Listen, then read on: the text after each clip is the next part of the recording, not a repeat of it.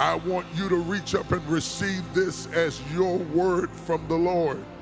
In October 2024, the name of Bishop T.D. Jakes was suddenly thrown into controversy when a convicted sex offender came forward with disturbing claims. During a live interview, the man accused Jakes of making an unwanted advance toward him in the 1980s, when he was a teenager. The accuser's lawyer followed this up by demanding $6 million in exchange for silence. Jakes quickly responded, calling the situation nothing more than extortion, and his legal team filed a lawsuit to clear his name. However, the scandal began to take a toll on his health and ministry. Just weeks later, during a Sunday service at the Potter's house, Jakes suddenly collapsed in front of thousands of church members and viewers watching online. It was later revealed that he had suffered a massive heart attack, one that nearly took his life. Doctors explained that only quick medical attention saved him, as he was minutes away from death when he arrived at the hospital. The health scare made people wonder if the stress from the ongoing scandal had pushed his body to its breaking point. By early 2025, Jakes announced that he was stepping back from his role as senior pastor of his 30,000-member church, passing leadership to his daughter, Sarah Jakes Roberts, and her husband, Pastor T.D. Roberts.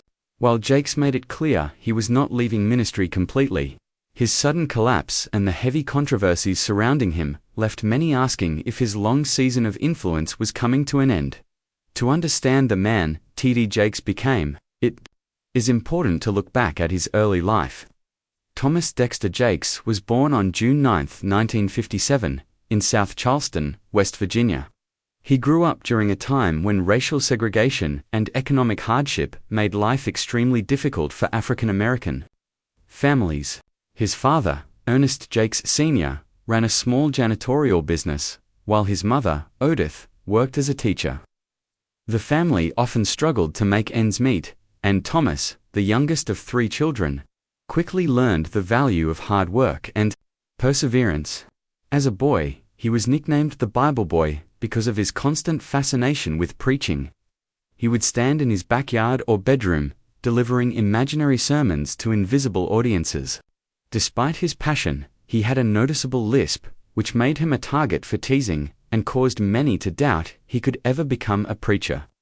Instead of letting this discourage him, young Thomas practiced even harder, studying the sermons of great preachers and learning to turn his weakness into strength.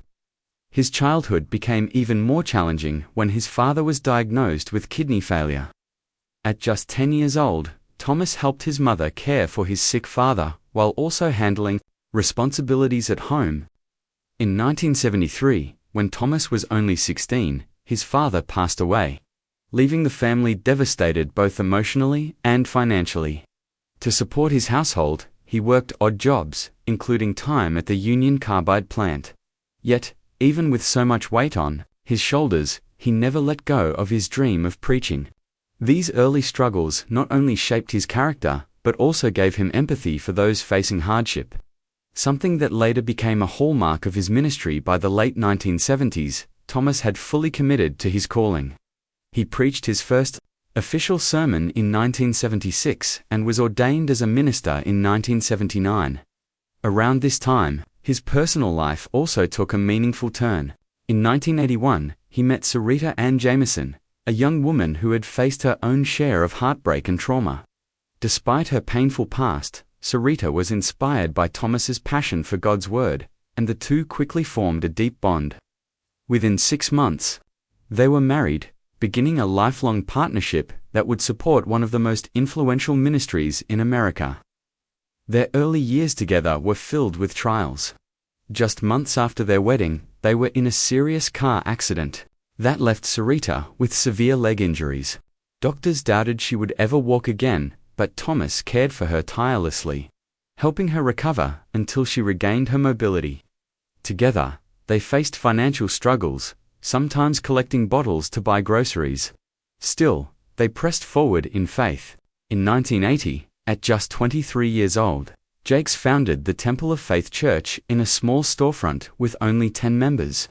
The beginning was humble and full of challenges, but it was the first step in what would become a massive spiritual movement.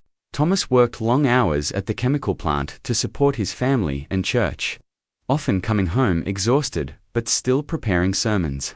Even when the plant closed and money ran out, he dug ditches and worked low-paying jobs to keep the ministry alive. Through all of this, his wife remained by his side, contributing through her own work at a Christian radio station. Their sacrifices and determination laid the foundation for what would later grow into the Potter's House, a megachurch with tens of thousands of members and a worldwide audience.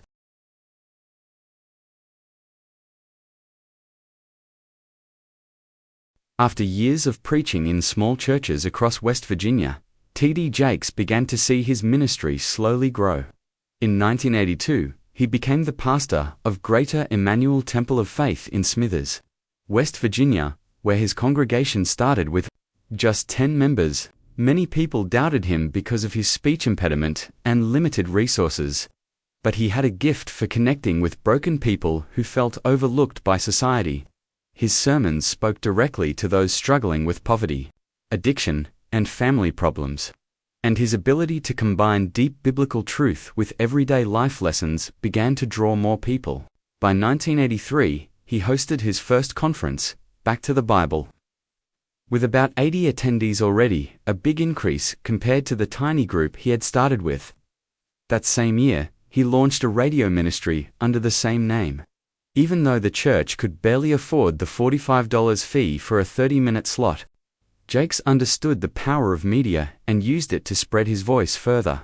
Soon, people in coal mining towns and small communities across the state were tuning in, and his local fame began to grow. By 1987, at just 30 years old, Jakes was ordained as a bishop, a rare achievement for someone so young. This gave him more authority and opened doors for expansion. By 1990, his church had grown to about 100 members, and after relocating to South Charleston, it quickly tripled to 300. In 1993, Jakes boldly moved his ministry to Cross Lanes, a more affluent suburb. And something extraordinary happened. His congregation became racially diverse, with nearly 40% of members being white. This was unusual in Pentecostal churches at the time, and showed that Jakes' message had the power to reach across social and racial lines.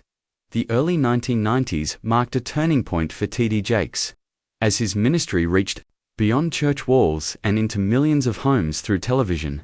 In 1993, his program The Potter's Touch began airing on the Trinity Broadcasting Network, TBN. Almost overnight, his sermons gained national exposure.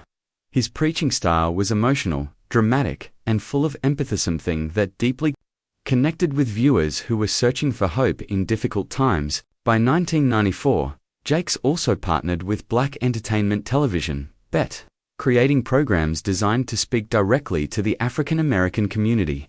Unlike simple sermon replays, these shows addressed practical issues like self-worth, overcoming adversity, and economic empowerment. The partnership made him a household name among Black audiences in the U.S., the Caribbean, Africa, and even parts of Europe. At the same time, he began organizing large-scale conferences.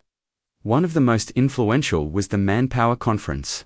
Launched in 1994, it created a safe space for men to discuss issues such as fatherhood, addiction, and identity, topics that were rarely addressed in church settings. Thousands attended each year, and by the 2000s, the conference was changing the lives of tens of thousands of men. In 1996, Jakes made his boldest move by relocating his ministry from West Virginia to Dallas, Texas. With about 50 staff members and their families, he planted the Potter's House, a church that started with over 2,000 people on its very first Sunday. The response was overwhelming. Within a few years, the congregation grew to more than 30,000 members.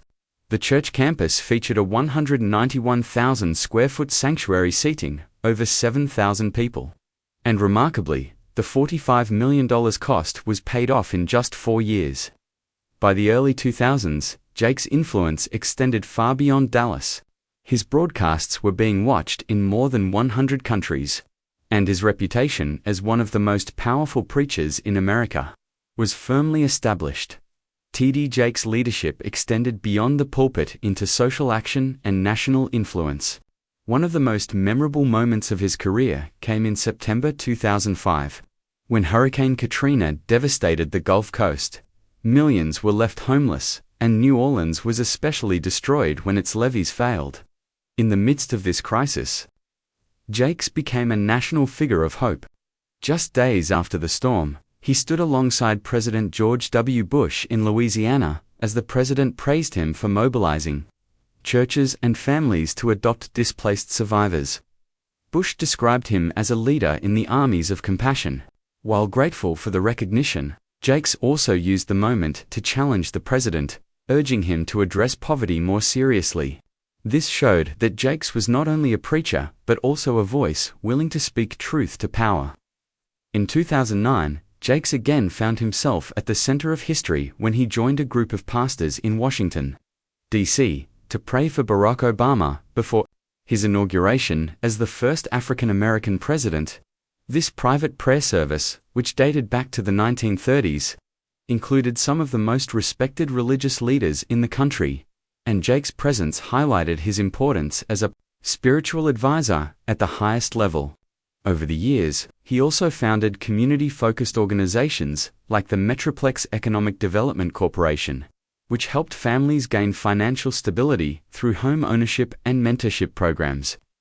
His influence stretched into education as well, with projects like Clay Academy, designed to give children academic and extracurricular opportunities.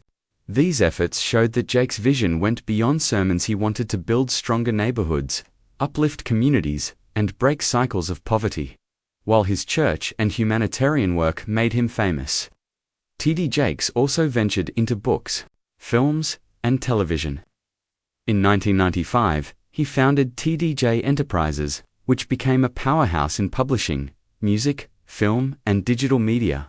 His books sold more than 20 million copies worldwide, with titles that became bestsellers by blending faith with practical life advice. Some of his works were later adapted into movies, such as Woman, Thou Art Loosed, 2004, Jumping the Broom, 2011, and Heaven is for Real, 2014, which grossed over $100 million at the box office. Jakes also invested in real estate and education, showing that his vision extended to building generational wealth and opportunities for others. In 2009, he attempted to enter mainstream television by working with CBS to launch a talk show that combined faith and inspiration with daytime TV style. Though the project was cancelled before it aired, he tried again in 2016 with The T.D. Jakes Show. The program aired in over 50 markets and featured celebrity interviews, inspirational content, and self-help discussions. However, it lasted only one season before being cancelled due to low ratings. Even so, Jakes remained a frequent guest on major platforms, including Oprah Winfrey's network, where his messages continued to reach millions. Through it all, his family remained deeply involved in ministry. He and his wife, Sarita, raised 5 children: Sarah, Cora, Jermaine, Thomas Jr., and Yamar. Remarkably, all of them became active in church life, with Sarah and Cora emerging as powerful preachers and authors in their own right. Their participation gave the Potter's House a strong family legacy, ensuring that the ministry would not only survive but continue thriving for future generations. Despite his accomplishments, Jakes has not been free from controversy. In early 2024, his name appeared in a lawsuit against music mogul Sean Diddy Combs. Though Jakes was not accused of wrongdoing, one of the plaintiffs claimed Combs wanted to use his connection with Jakes to clean up his image after being accused of abuse by singer Cassie Ventura. Even that small mention was enough to cause headlines and questions online. But the bigger storm came later that year. In October 2024, Pastor Dwayne Youngblood, a convicted sex offender from Pennsylvania, appeared on a YouTube talk show and accused Jakes of making unwanted advances toward him in the 1980s. Criminal history included convictions for assaulting minors, which cast doubt on his credibility. Still, his lawyer sent Jakes a letter demanding $6 million to avoid a lawsuit.